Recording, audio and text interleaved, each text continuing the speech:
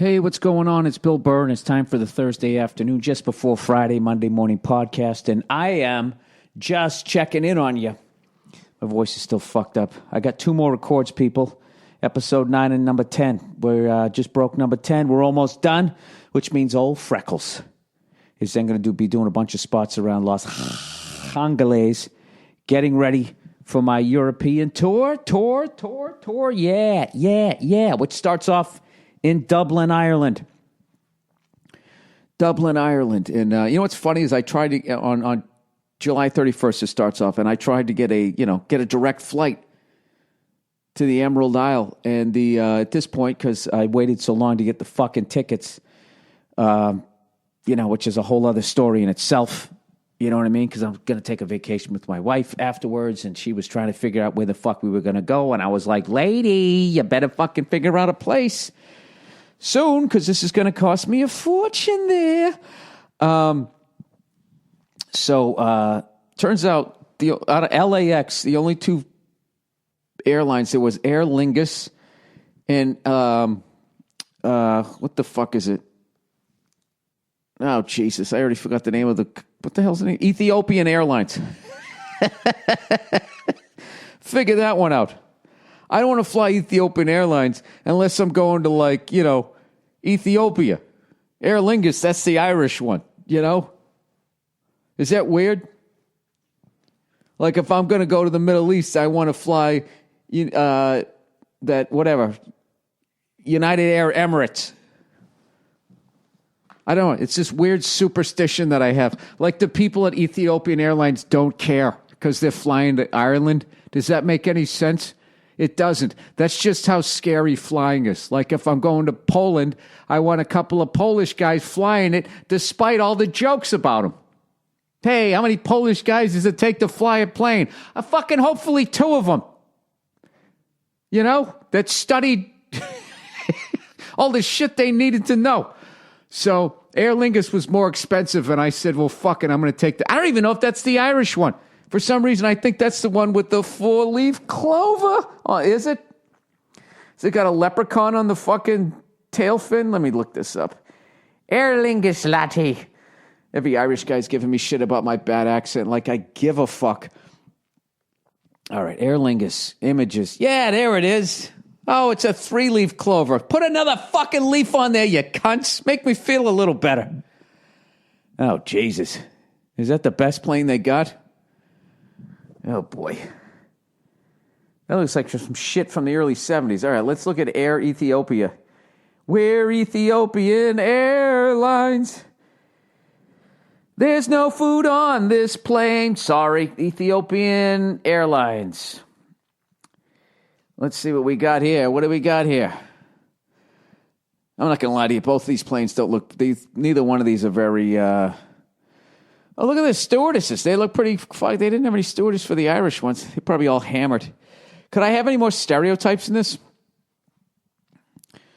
All right, they both look professional. Who's kidding who? You know what it is? Once you travel outside of your own country, you know what I mean? I fly American Airlines. I fly United. I fly shit that I've heard of. I've always done that, except early on in my career when I used to fly like fucking... Oh, what the fuck was that one? It was Air something or other. I flew like ATA. I mean, you flew on that fucking airlines. It was like the cabin to the cockpit was open. They were up there playing like Connect 4 and shit. It was really bad. I'll tell you, it was bad. No, it was. It was just like it was the weirdest thing. You'd be in an airport and just feeling like you were in America, and then you'd get on ATA and you literally felt like you were leaving a war-torn country. Like you just looking around, like where the fuck did all these extras come from? Am I in some fucking George Clooney movie? That's some important George, one of those selling arms for some shit, A very important story that needed to be told. We are filmmakers, and this is what we do. George, they said this script was floating around Hollywood for a while. Well, I'm good looking, and I said I'm going to do it, so it got made. I got to call out fucking Michael Rapaport, okay? Okay, and you would think that I'm going to call him out for the fact that his resting face. You ever heard of resting bitch face?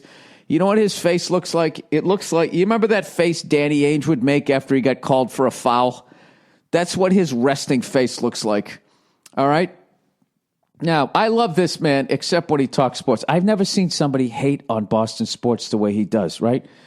So he wrote some more bullshit about Boston sports. So I call him up, breaking his balls, going, dude, you know what you wrote isn't true. Laughing. We have a great fucking time. He goes on the internet like some Real Housewife whore. Right? And you know what he said?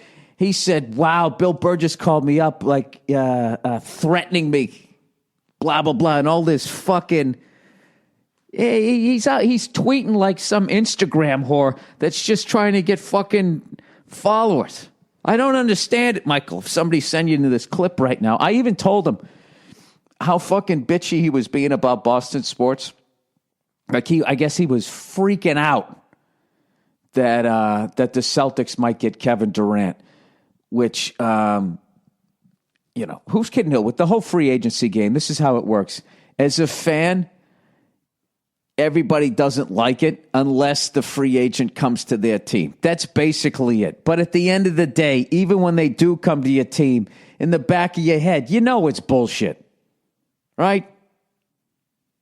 I mean, whatever. You're getting fucked over by your team. You want to go make some more money. Fine. But I'm talking when you're an elite fucking player and you go to pile on another fucking team. And I'm talking as a Celtics fan when we did that in, what was it, '08. The only thing that made it decent was that the Lakers had a bunch of free agents. So we met in the finals, and it was it was like the 80s in that those two teams were in the finals back-to-back years. But, I mean, it was bullshit. Like, I don't look at the '08 Celtics like it was a blur. We went from last place to first place. We won the fucking thing, and then we played them again next year in the finals. And the referees called 9,000 fouls on us and like 15 on the fucking Lakers. And for some reason, that was considered a good game 7. I don't know. But that's the NBA. Every once in a while, they have a mobbed up ref, Patrick Ewing goes to the Knicks. Yeah, it's a business. But I think, because when I look at the NFL where they got the parity there and all of a sudden, the Seahawks out of fucking nowhere can win one, fucking Patriots stunk for fucking ever. All of a sudden we got good. You go up, you go down. These guys win, those guys. It's nice and fucking everybody kind of has a chance now. And that's been great. Their ratings are better than ever as far as I know. And I think the route that the NBA is going is they create these super teams and people hate them so much that they watch rooting for them to lose. And I don't know. I liked it better. I mean, back in the day, like I said, there was free agency and that type of shit, but it wasn't just the way it is now. The amount of times where people pull the old Johnny Damon, I guess Damon won with the Red Sox. And then like the next year or whatever, he goes to the fucking Yankees. It's just like, what? Jesus Christ, can you ease your way around the fact that it's just a business and it's all about money, I don't know. I actually don't know how Kevin Durant really helps the Warriors in a way. They had their two guys that were the guys, and then he's coming in, and in a lot of ways, he's at least number 2, depending on what you think about the fucking honor roll student there. I don't know. I know people say they just want to win, but I think egos get hurt when, you used to get 25 points a game and now you're down to like 21 or 19. I don't know. We'll see what the fuck happens, but it sucked. I was really hoping he was going to stay in Oklahoma. I'm not going to lie to you. I was hoping that, after last year where they were up 3-1, that they were going to in the offseason be like, you know what the fuck happened? We don't know how to win.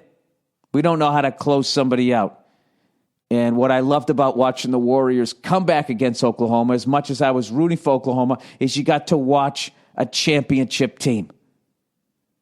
Like what the Warriors did being down 3-1 coming back in that series was fucking hilarious to me. Like watching them, it was like, you remember the horror movie? Like they never changed their pace when they were down. They didn't panic. They just kept coming. You know, it was like those old school monster movies from the 80s where the fucking Jason guy, right, is just walking and the victim is running away. The victim's running, the monster's walking, but the person running keeps looking over their shoulder, so they keep tripping over logs and shit, right? So eventually the fucking dude with the hatchet walks them down and puts them out of their misery. That's what fucking the Warriors did to Oklahoma. Oh, jeez, was that too sophisticated for you? You know, I gotta tell you, watching the Warriors come back against Oklahoma was like watching Friday the 13th, Part 3. Oh, Jesus. So, I've seen a bunch of teams do that. Be better than the other team. They just didn't know how to fucking win. And then what happens is, as a sports fan, you get to watch them learn how to win. You get to watch them mature as a fucking team. That's what you get to watch. Unless the best guy goes, you know what? I don't feel like learning. I'm just going to go join the team that came back and kicked our ass. I mean, can you imagine if movies were like that? All right. There's like the nerd getting beat up by the bully. You know, there's like 5 nerds getting beat up by these 5 bullies, right? It's 5 on 5, right? And then the third act is not the fucking nerds figure out how to beat down the bullies. One of the nerds joins the other bullies and then helps him go back and beat up all his friends. I mean, granted, I guess that'd kind of be funny if you're a sick fuck like me, but at the end of the day, I mean, that kind of movie is that? Well, maybe Act 2 is that he goes to fucking Golden State, and then Act 3 is he comes back and he has one of those LeBron James type movies. I don't fucking know. All I know is that, I kind of got back into the NBA this year. I started watching the Celtics and that type of shit, and there was a great rivalry out west, and now it's no more. Did you hear what Charles Barkley? Oh, that's a great Boston name. Dude, fucking Charles Barkley said fucking Kevin Durant's a cheater. Not cheating like Tom Brady. That was bullshit. Cheating like Kevin Durant. He's not on our team, so I'll hold him to his feet to the fire. Not cheating like Jim Irsay. He said that, yeah, he's trying to cheat his way to a championship. He used the wrong word, but I understand what he's saying. He left the nerd table. He's going to the bully table, and then he's going to come back and beat up the nerds. They'd be like, oh, look at me. I'm a tough guy over here. Isn't it amazing how much taller Kevin Durant is than me, and I'm still giving him shit? That's the wonderful thing about podcasting, is you can fucking talk shit within the safety of your own living room. All right, whatever. I'm going to get off this fucking topic. But I did, in fact, to confirm Michael Rapaport's Real Housewife tweet. By the way, can somebody please Photoshop him into one of those Real Housewife fucking things? We had a great conversation, laughing our balls off, and we came to an agreement in the end of it. And that Danny Ainge-looking motherfucker goes on the internet, and he tweets 180 letters or less about me. By the way, I have to apologize for, I love Michael Rapaport. Every time I see him, I always feel like this is the last time I'm ever going to see him. You know, there's just something about him. Even though he's younger than me, he just moves around like he's in his 80s. I think he has that disease. You know that disease Brad Pitt had in that movie where he was like a fucking old baby? Whatever the fuck happened, I don't know. That's what he reminded. No, that was just a fable, right? What was it called? A fairy tale. Whatever. He's like that, like when a fucking 8-year-old looks like they're 70, whatever that disease is called. I was going to say George Mikan. That wasn't the guy. Who was the guy who played on Ohio State? Who went to Portland? That poor bastard. The microfractures in his feet. I think he's playing in China now. I can't remember. All I'm thinking is Haven Moses, and I know he played for the Broncos in the 70s. I want to say his name was George, wasn't it? Okay, we got to look this up now. Ohio State, Portland, not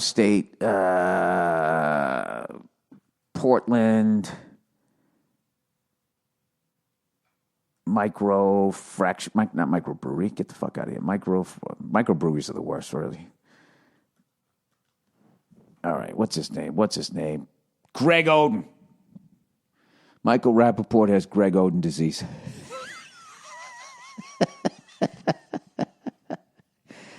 He does. And like Greg Oden, he got paid a ton of fucking money, and he didn't follow through. He got paid the National Podcasting Association drafted him number one to come on into the podcasting world to talk about sports, thinking that he was going to be unfair.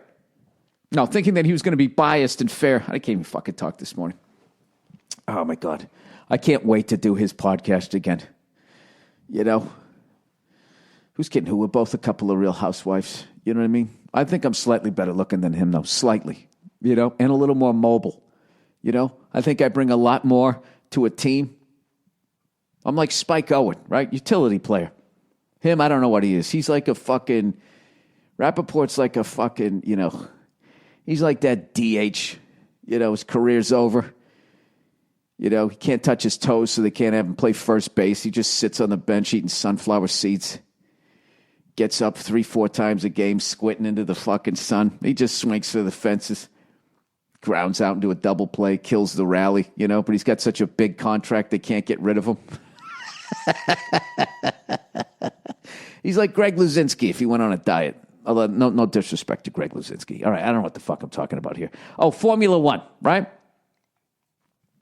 I needed to apologize because when I watched the Austrian Grand Prix that it was like fucking Days of Thunder, and I said Lewis Hamilton was like the Tom Cruise, the upstart, I had it completely wrong. And I want to thank everybody on Twitter that set me straight so eloquently. Hey, fuckstick. I guess Lewis Hamilton, he's won it 3 times.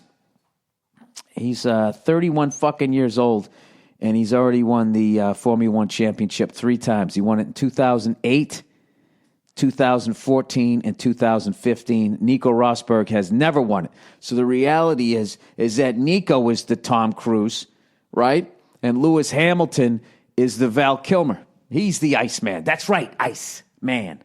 I am dangerous. And then Lewis Hamilton clicks his teeth together for no fucking reason. Right? They're all sweaty and shit. I don't know. All I know is the British Grand Prix is this Sunday. And that dude, Toto, I swear to God, that's his fucking nickname. All I want to do when I wake up in the morning is not see the team crash.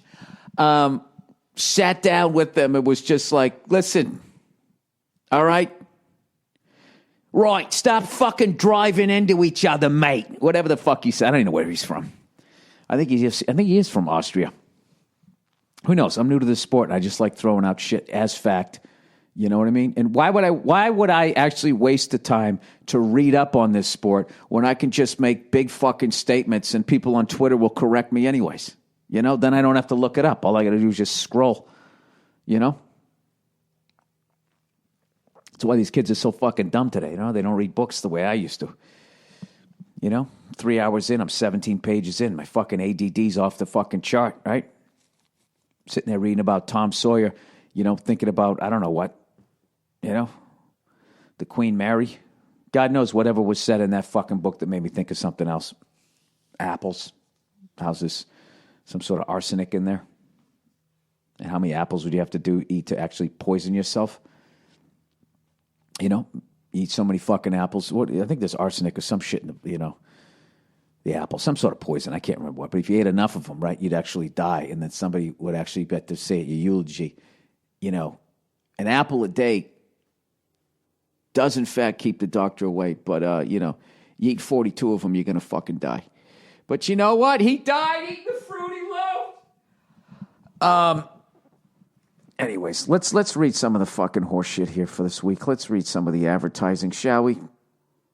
Is this it? Is this the Simple Safe? Why does that sound like bad food?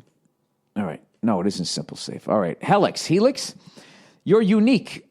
You don't walk like everyone else, talk like everyone else. Talk, walk, shoot, shit. That sounded like that Marine Corps. I'm going to teach you how to walk, talk, shoot, shit like the United States Marine Corps. All right, you're unique, everybody. You don't walk like everyone else, talk like everyone else, or sleep like everyone else. So why is your mattress So why is your mattress? Is that how you spell mattress? Well, how do you spell mistress? So why is your mattress one size fits all? Gee, I don't know. Because because it fits. Because a truly customized mattress will cost you $5,000 to $10,000. Oh, that's the reason. Who the fuck has the money to do that? They should get audited immediately. Do you know I was watching one of those Barrett Jacksons one time, and they had one of those GM, that Parade of Progress fucking elephant van there? Somebody spent $4.1 million on that fucking thing and was excited like they got a good deal. You know what I mean? That guy either needs to get audited or he has his wife bound and gagged in a fucking closet. How you pull the, hey, honey, look what I spent $4 million on. A giant fucking toaster that you can drive. What do you mean, why did I do that? Because I thought it was a good deal. Oh, fuck you, lady, right? What are these things called? GM Parade. This is still the advertising. Parade of Progress. I used to know what these things were called. Parade of Progress, Image. The GM Future Liner. Look that fucking thing up. I mean, granted, it's kind of cool, but it is. It's like an easy bake oven that you can drive. And somebody paid $4.1 million for that fucking thing. You know? And all I could think was, what was he doing in 2008 when the fucking economy crashed, other than doing fucking cartwheels out the back door of whatever fucking bank he worked at? Oh, Bill, ooh, is that social commentary? You freckled cunt. Just shut up and read the advertising. All right, here we go. Helix, everybody, Helix. I'm going to read this like a fucking yoga instructor. You're unique. You don't walk like anyone else, talk like anyone else, or sleep like anyone else. So why is your mattress one size fits all? Because a truly customized mattress will cost you $5,000 to $10,000. And how many starving children could that feed? 40, 50 million? For only half a cent a day, somehow you can give somebody 3 square meals on Ethiopian Airlines. All right, it will cost you $5,000 to $10,000 until now. So go to helix.sleep.com, answer a few simple questions, and they'll run a 3D biomechanical model of your body through the proprietary algorithms they've developed. Doesn't that sound like a bunch of bullshit? Genuine proprietary algorithms. I can't say it, so it must be good. They developed with the help of the world's leading ergonomics and biomechanics experts. The results, the most comfortable mattress you've ever slept on. Helix customers, report a 30% improvement in overall sleep quality. And for couples, they customize each side of the mattress. Oh, that's great. Your mattress arrives at your door in about a week, and shipping is 100% free. That's why everyone from GQ magazine to Forbes, aren't those the same people? You get to the top of your bank, and then all of a sudden you're like, I'm going to have a yacht and fucking wavy brown hair with a fucking Rolex, are all talking about Helix Sleep. You have 100 nights to try it out, and if you don't love it, they'll pick it up for free. Gross. And give you a 100% refund, no questions asked. Go to, you know what, a lot of homeless people are going to be getting a good night's sleep then, because there's no fucking way you can resell that, can you? Or can you? I don't fucking know. All right. Just dump it on a sidewalk. Go to helixsleep.com/Burr and get $50 off your order. That's helixsleep.com/Burr. Hey, helixsleep.com/Burr. All right. And lastly, but certainly not leastly, it's our old friend ZipRecruiter.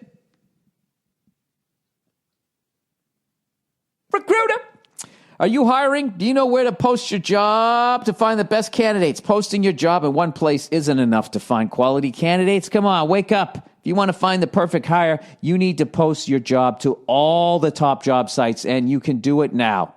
All right, with ZipRecruiter.com, you can post your job to 100-plus job sites, including social media networks like Facebook and Twitter, all with a single click. Find candidates in any city or industry nationwide. Just post once and watch your qualified candidates roll into ZipRecruiters. Easy to use interface. No juggling emails or calls to your office. Quickly screen candidates, rate them. Look at the tits on her. And hire the right person fast. Find out why ZipRecruiter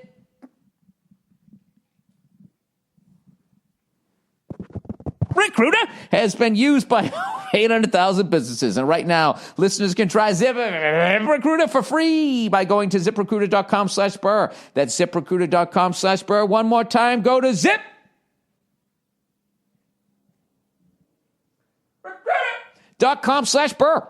All right. There we go.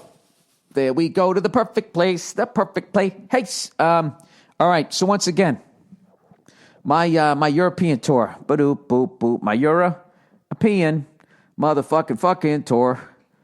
I am so excited about this tour. All right? I'm so excited. I love going to Europe. I love being everything that they want me to be. Okay? I'm sorry I'm not going to be fat on this one because I've been hitting the elliptical there. But I'm going to go over there, right? And I'm going to talk to them about the finer points of Donald Trump. That's what I want to do, especially in Scotland, where they had the nerve to call our fucking orange-headed cunt a fucking orange-headed cunt. You got a lot of fucking nerve, Scotland, calling an orange-headed cunt an orange-headed cunt. I mean, why don't you look around your country? There's plenty of orange-headed cunts there. All right? We have very few here. Every once in a while, they run for president when they're in between seasons of their reality show. Okay? And what's great about our country is everybody truly does get a chance. Unlike your countries. I have no fucking idea what's going on over there. Evidently, England decided to not be part of the European Union. Is that what happened? I love how, like, as an American, I'm supposed to know this shit.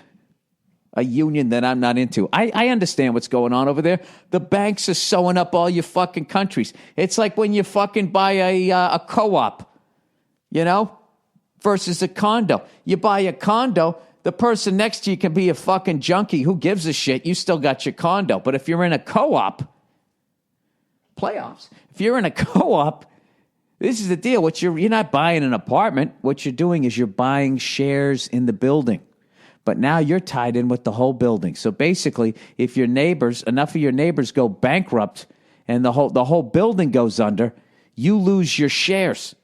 And you either have to move out of your apartment or you go back to renting it. And you're like, wait a minute, I thought I bought it. No, sir. You bought shares in the building.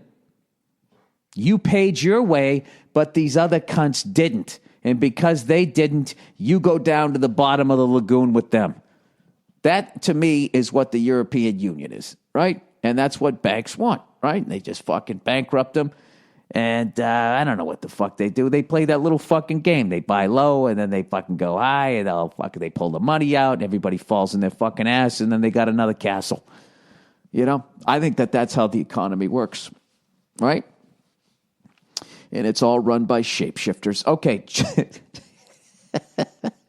Just shit like that. You know what I mean? Especially when I'm in London and those stupid fucking critics show up.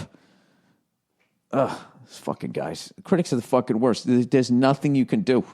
There's no show that you can have that they're not going to rip the shit out of it. And it's just fucking hilarious to me. It's like, I don't need critics, all right? If I wanted to feel bad about having a good show, I'd just call my mom. I don't fucking need you to be doing her job. All right, whatever.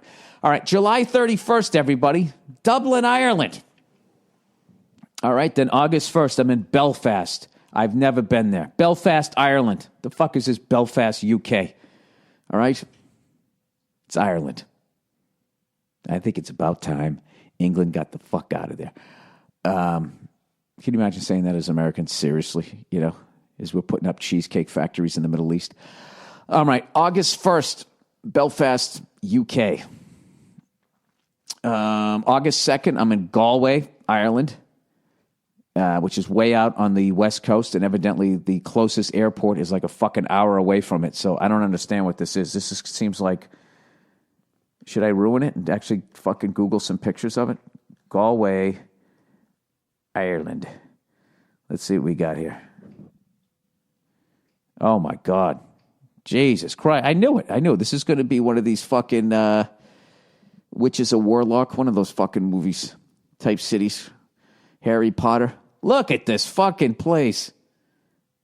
Oh, my God. I'm only spending a day there? Wow. Look at the fucking castles. Holy shit. And I'm going to drive in there, do the show, and then I got to drive right back so I can make my flight. Where the fuck am I going? Did I fuck it up? Where am I going next? All right. I go to, then I fly to Bristol, England, and then Manchester, England. The sober, sophisticated Manchester. I'm thinking that's going to be a nice, mellow crowd. Fucking lunatics. That's what I'm anticipating in Manchester. I'm anticipating they're going to be a bunch of fucking lunatics, which is fine by me.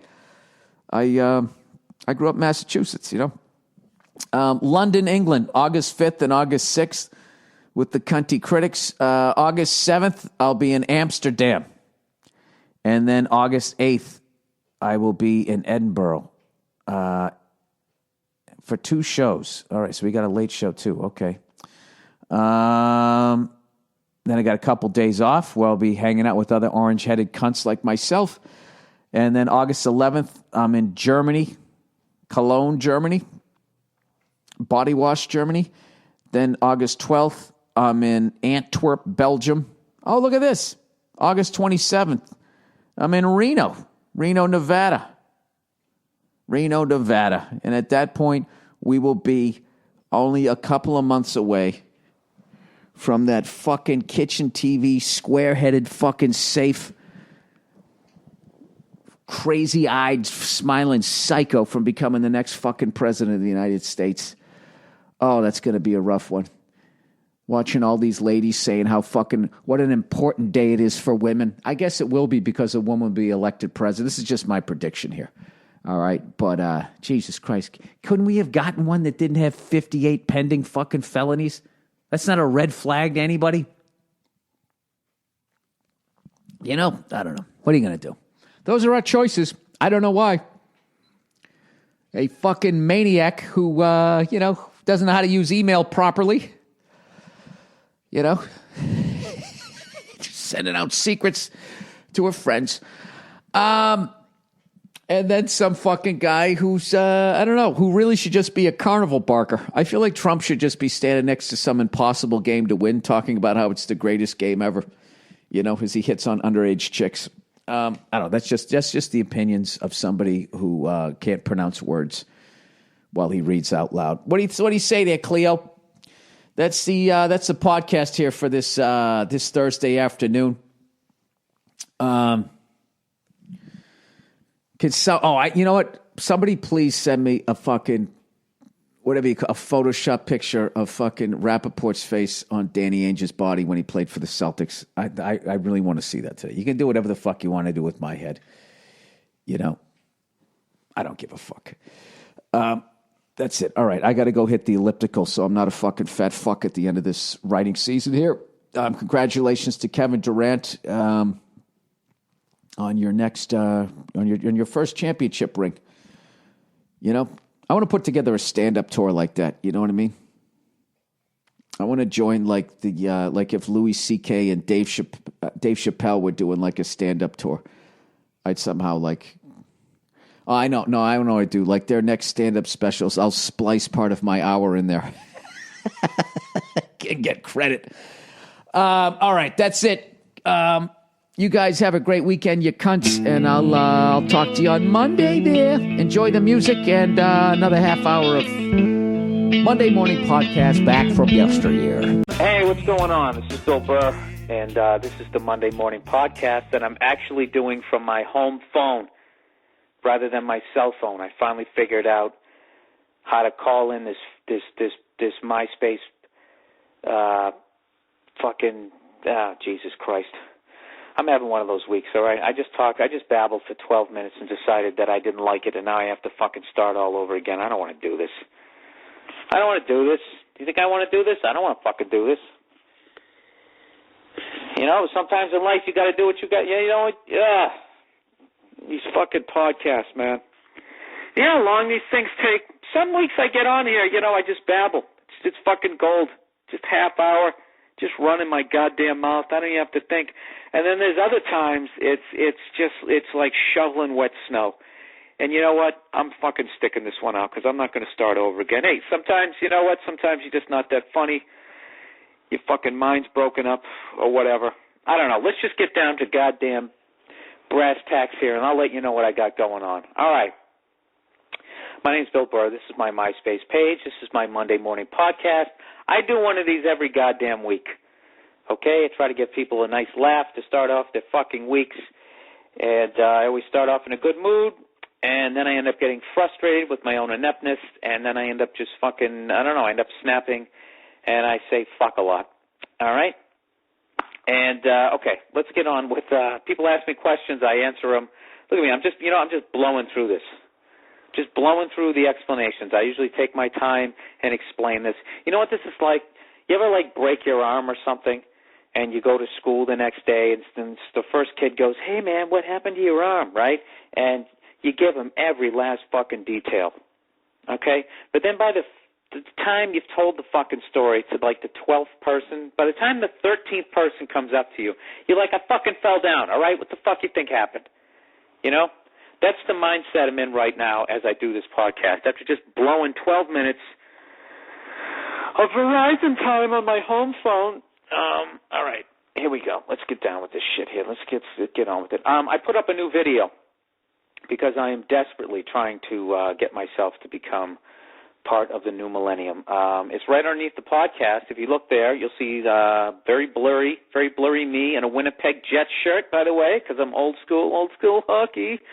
That's me at the Punchline in Atlanta. And before you watch the video, I just want to give you a little backstory of what happened. I was actually, it was Thursday night, and it was a couple weeks ago, and it's one of my favorite clubs. And I was just having one of these awesome sets where I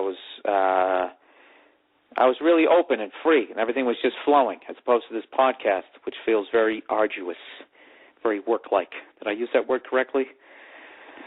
Why the fuck is Questlove wearing those fucking lime green pants? I just realized that. Anyways, I was having one of these just, really open, just great sets. And I was about 12 minutes in, and everybody was laughing. Everybody was having a good time. I was having a good time. But for some reason, there was this lady in the crowd, and it wasn't enough that she felt my jokes were funny. She was somehow agreeing with the things that I was saying on stage. So rather than laughing at the end of every joke, when the punchline came out, instead of laughing, she would just yell out, thank you, after every joke. The rest of the crowd would be laughing, and then I would just hear this woman's voice over everybody, thank you. So this video picks up about 12 minutes into my set. She's already yelled, thank you, like fucking 12 times. Now, see how annoying that is with me saying that to you? Just imagine being on stage, trying to keep the fucking plate spinning, and somebody keeps yelling that shit out. So she yells it out for, I guess, basically the 6th time, and that's when I finally snapped. But I snapped in a good way. I was proud of myself where I didn't chop her head off and be overly mean. It was kind of mean, but it was definitely funny. And I just want to let you guys know, I'm going to start taping all my sets because, I riff a lot, and I end up missing a lot of good lines that I could keep in my act. And also random shit happens.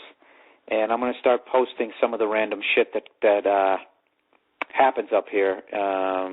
Unless people really start to enjoy these and then they come out to my shows and then they deliberately try to yell out something, which is always the risk of it. But basically I like doing this kind of thing because I want to give you guys some new laughs without having to burn any material. You know what I mean? I'm not Trent Reznor here. I can't just give away my new hour for free, like he can. I'm jealous of musicians, right? They can just fucking put their goddamn music out for free now, and then everybody comes to their shows, and when they know all the words, they get to sing along. So it's different. Then he can go, we're going to break it down, Detroit. We're going to break it down here, right? And then he slows the fucking song down, and then everybody go whatever. Brings the music level down, and everybody sings along. You can't do that with jokes. Maybe if I started singing my jokes, maybe I'll do that. I'll come with a fucking ukulele on stage, if I could fucking sing. That's why guitar acts blow up, man. I'm telling you. Fucking telling you. I heard about some kid in Massachusetts. This kid, he's been putting funny songs up on YouTube for the last year, and he just sold out the Comedy Connection. He's like 17 fucking years old. You know how long it took me to sell out the Comedy Connection? 15 fucking years telling jokes. You know why? Because I don't sing. If I would just sing my goddamn jokes. What's the deal with labs? Everybody! If I would just do that. I don't know, you know. I don't know what would happen. You know something? You always want to think, you know, if I just did that, then I'd be here. You never think of all the failed guitar acts. You know, the ones that you guys don't see. You just see the successful ones, you know, the ones with their half-hour specials, the ones selling out theaters, all right?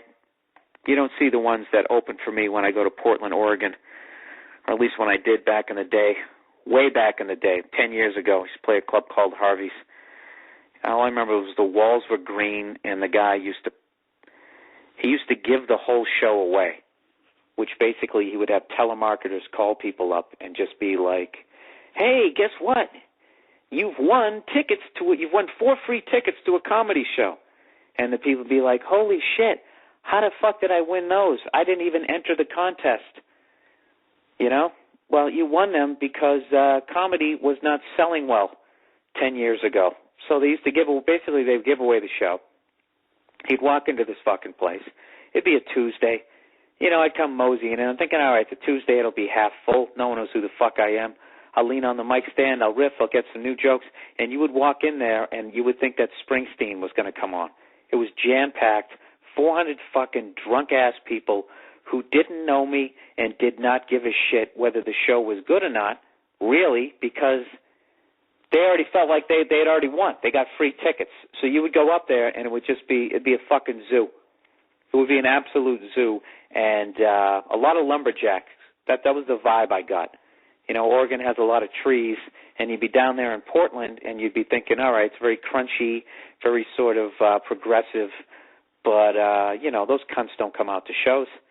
The lumberjacks would come out. They'd be screaming and yelling and eating burgers that would have fried eggs on the top of them, and it sucked. And I don't even know why I'm talking about that. I already forgot. I spaced halfway through that fucking story because that's the mindset I'm in this week. You know what it is? I got a zillion fucking things I got to take care of because I'm on my way to Pittsburgh this week, and I'm flying in a day early to do I'm doing a lot of radio this week because I'm going to try to sell that fucking place out.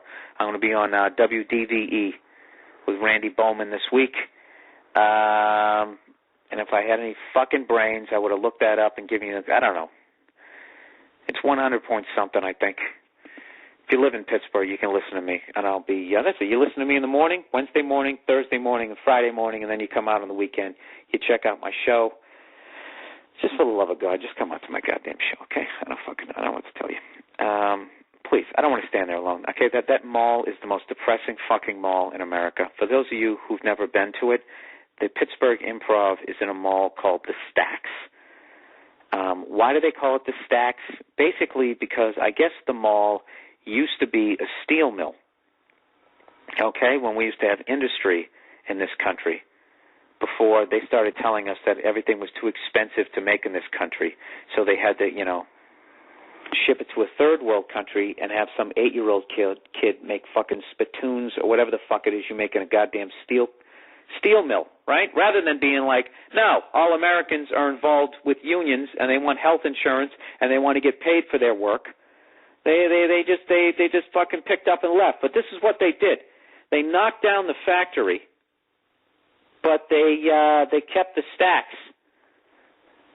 Just to remind you that people, you know, that just reminded me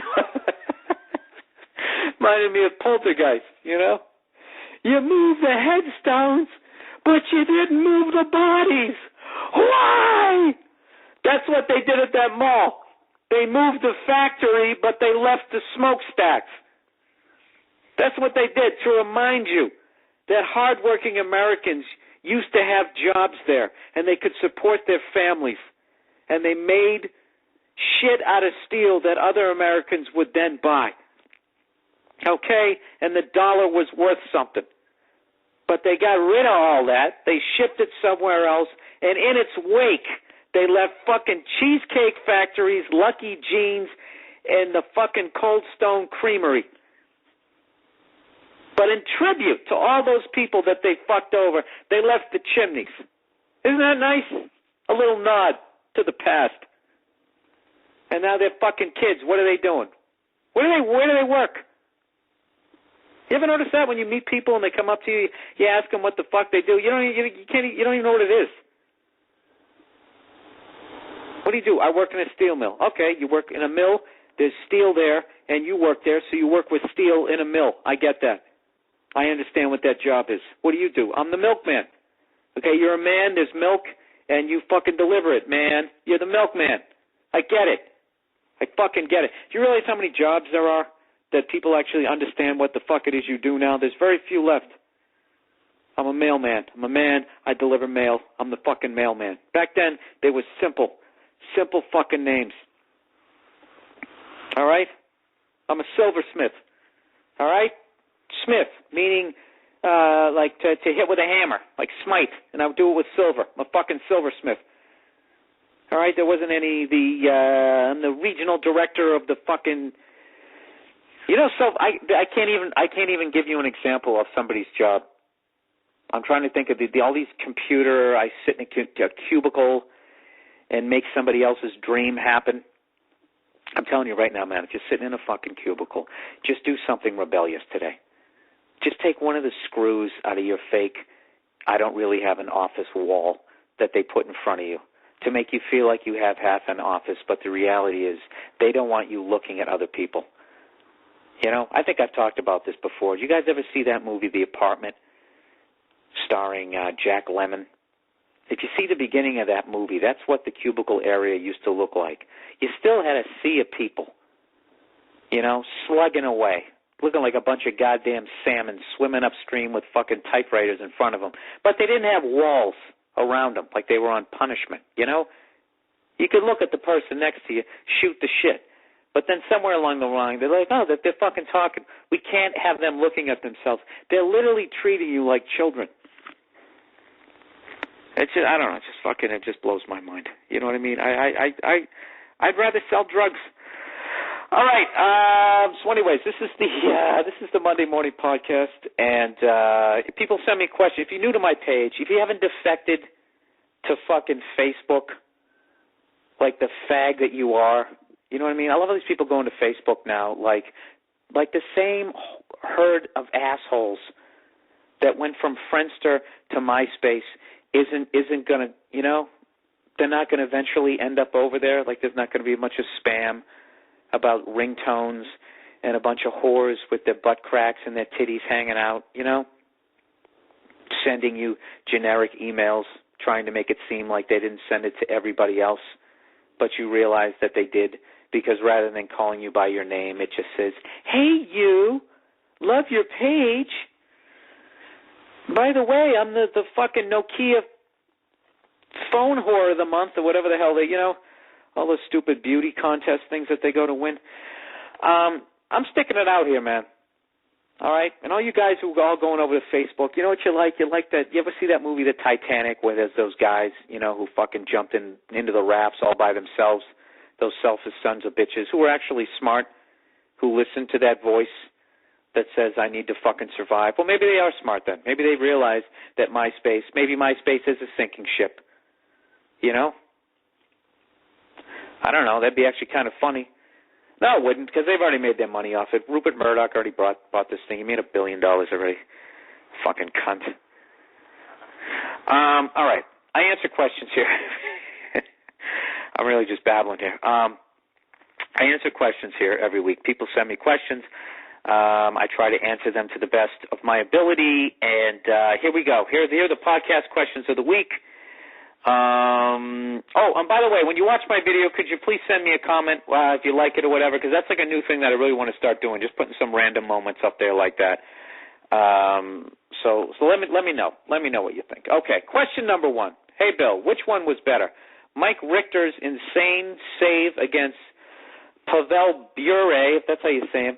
Pavel Bure, never know how to say these Russian guys' names. His insane save against his penalty shot, or Patrick Waugh, Mike Vernon going at it center ice. I'm definitely going to say Mike Richter, just because that was one of the best years ever in hockey. That was like 2004 when the Red Sox finally won it. To watch the Rangers finally win the Cup and everybody go crazy, that was just an amazing moment. And to Patrick Waugh, Mike Vernington, I don't know. It was a great fight. It's great to see Patrick Waugh lose, but that other one was for the Stanley Cup. And I remember watching that in 1994 and watching the Rangers win it. I remember thinking clearly, that's what it's going to be like when the Red Sox, if they ever get their heads out of their asses and they finally fucking win one, that's going to be what it's like. So I was living vicariously. And for some reason, I didn't hate the Rangers for the simple fact that I was not old enough when the last time the Rangers-Bruins rivalry was great, which was back in the 70s. I was still just a little lad with a big mop of fucking red hair looking like that dude Jody on A Family Affair. All right. And that's why I became a comedian, because that's who the fuck I look like, and I got the shit kicked out of me. All right, question number 2. Bill, how the hell does Paris Hilton keep getting movie roles? Well, I actually thought about this one, and I think the reason that she keeps getting movie roles is because, not to be crude, but she's not afraid to show the clam. And I think I think that's how you got to do it sometimes as a woman. You got to just every once in a while you just got to take your pussy out, And I don't think there's anything wrong with it. Sharon Stone did it.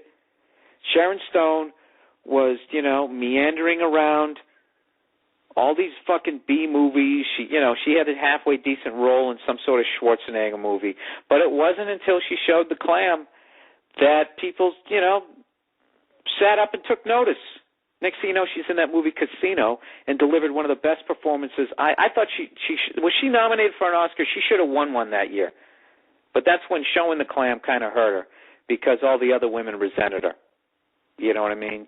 They thought that she was a whore rather than she did what she had to do. And I don't understand when women get upset when they're like, you're treating me like a, like a sexual object. And it's like, you are a sexual object. You know what I mean? That's like, I'm like, oh, you're just fucking using me because I can pick up heavy shit. I can pick up, not extra heavy shit, but heavier shit because I'm a guy. That's where Hillary Clinton fucked up her campaign, when she fucking put on the pantsuit. She should have sexed it up a little, vamped it up. God gave you titties. Use them. Show a little cleavage. You know what I mean? That's what she should have done. And people, if you think that's so, that's stupid. Guys don't get elected because of their brains. Bill Clinton got elected because he played the saxophone on fucking Arsenio Hall. And when Arsenio came in to do the black handshake, somehow Bill Clinton was able to do it without fucking breaking his wrist. And I think that right there was the turning of it.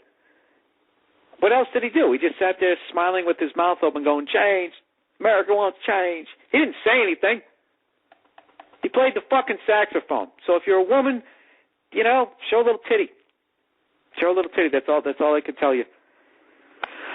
Oh, God, I'm so ignorant. All right, question number 3. Bill.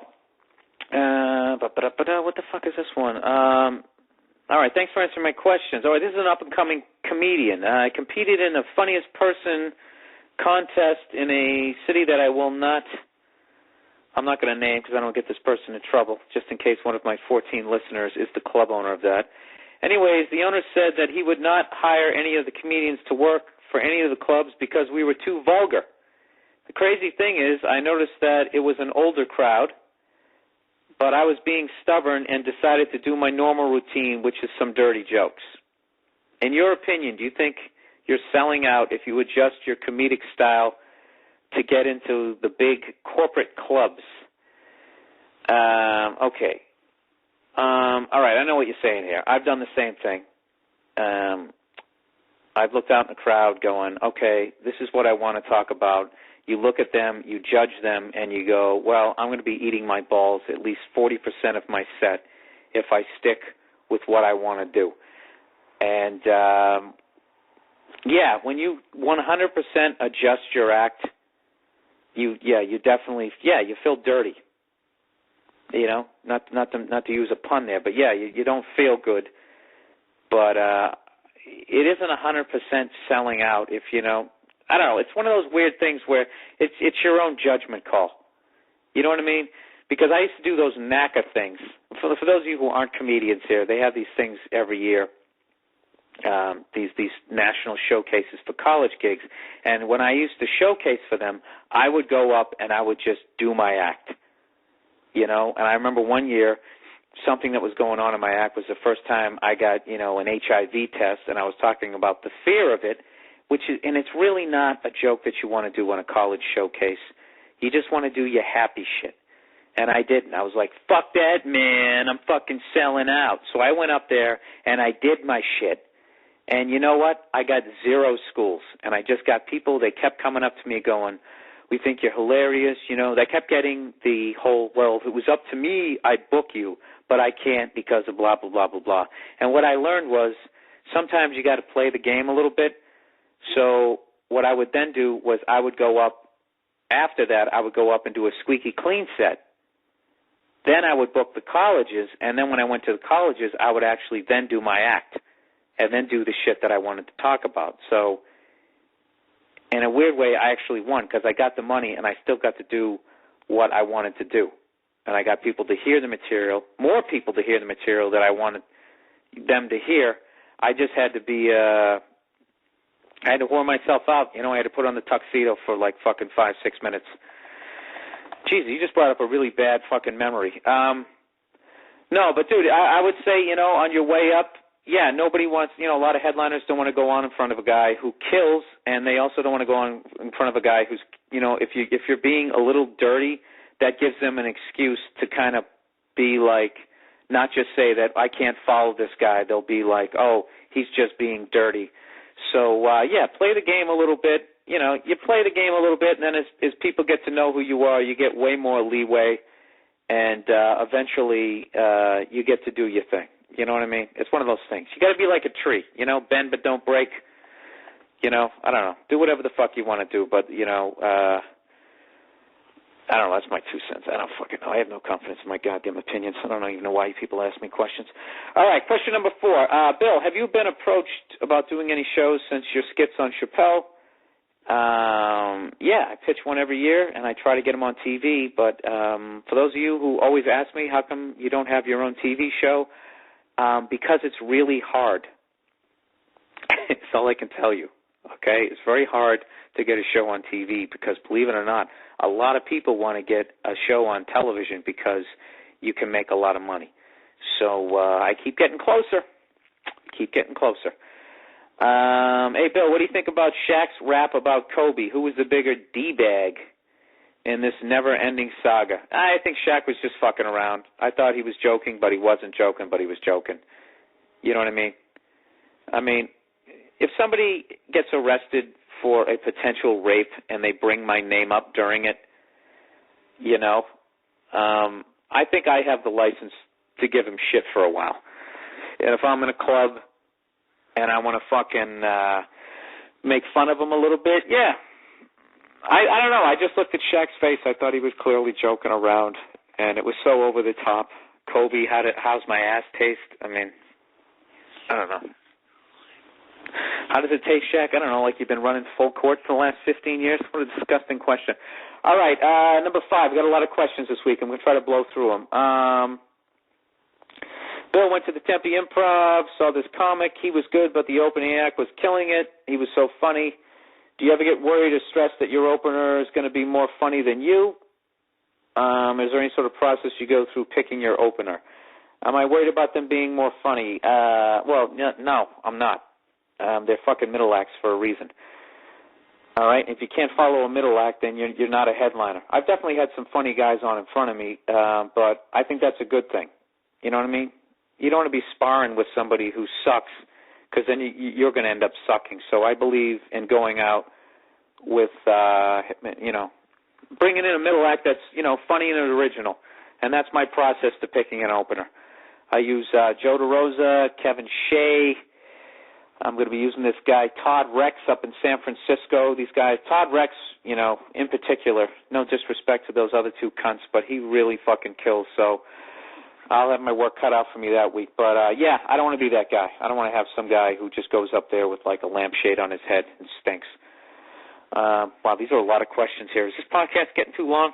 All right. Hey, Bill, I got a question for your podcast. You ever get a chance to meet George Carlin? Unfortunately, no. I didn't. I was supposed to meet him, when was it, February or March, right before he did his special. He's supposed to be doing the Comedy and Magic Club down on Hermosa Beach, and I had just done a spot down there, and they said, hey, he's coming in, whatever, on a Wednesday or a Tuesday. You can come down, watch the show, and you can meet him afterwards. And it was going to be a dream come true, but he ended up getting sick. Obviously, his health was failing, and he ended up canceling. So I never got a chance to meet him, but I did get a chance to see him.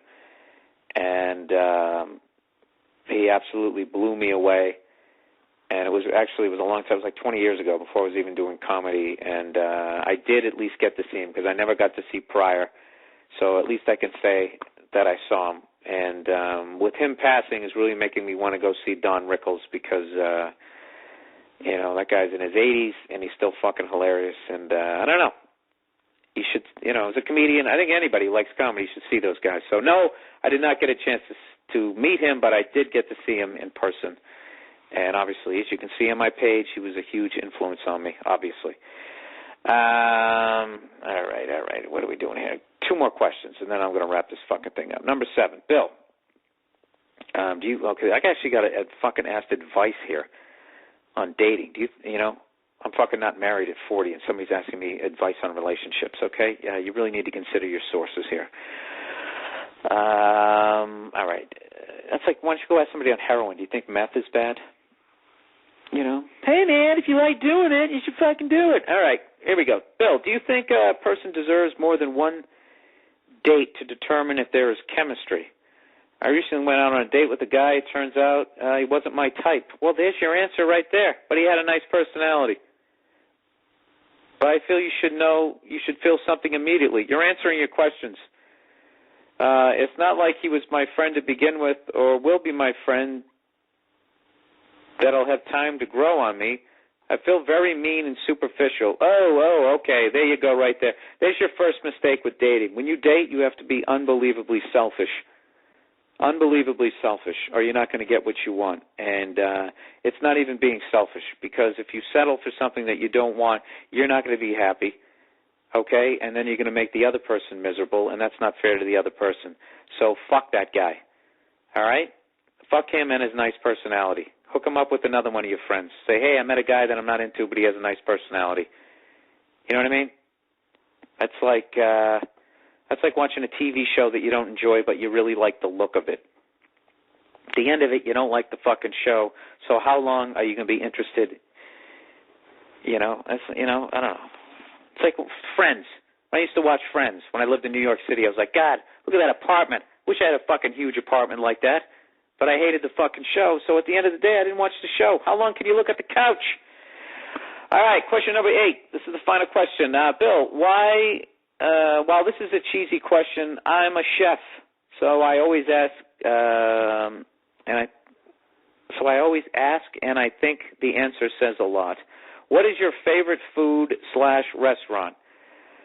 What is my favorite food? I like Steakums, and I really like that Steak and Shake.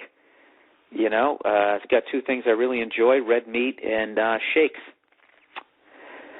No, I don't know, I like everything. I would say Italian. I think Italians make the best food, hands down.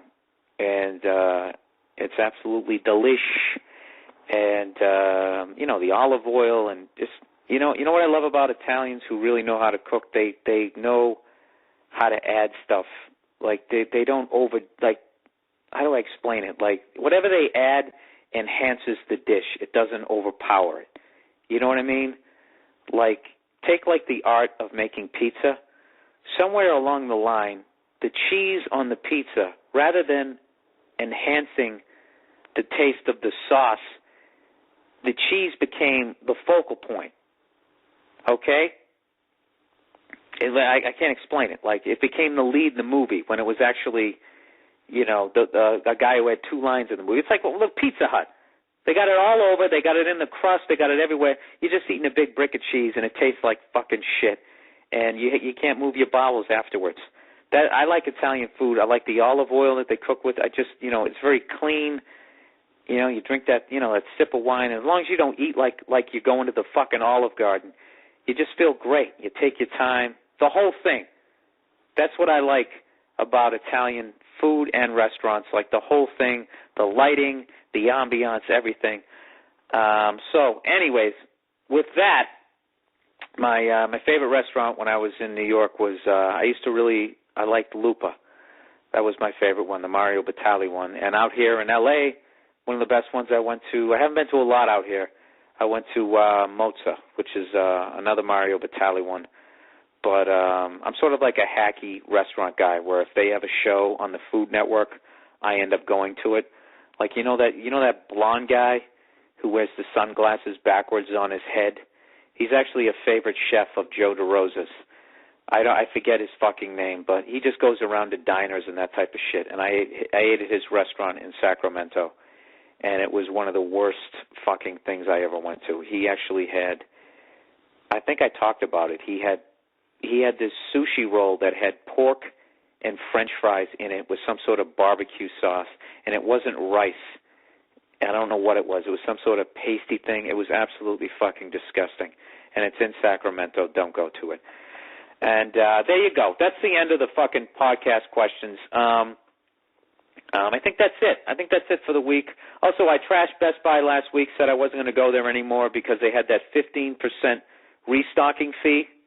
Somebody sent me an email about that if you buy something there and you don't like it and you bring it back, they still charge you 15% of it to just stick it back on the shelf.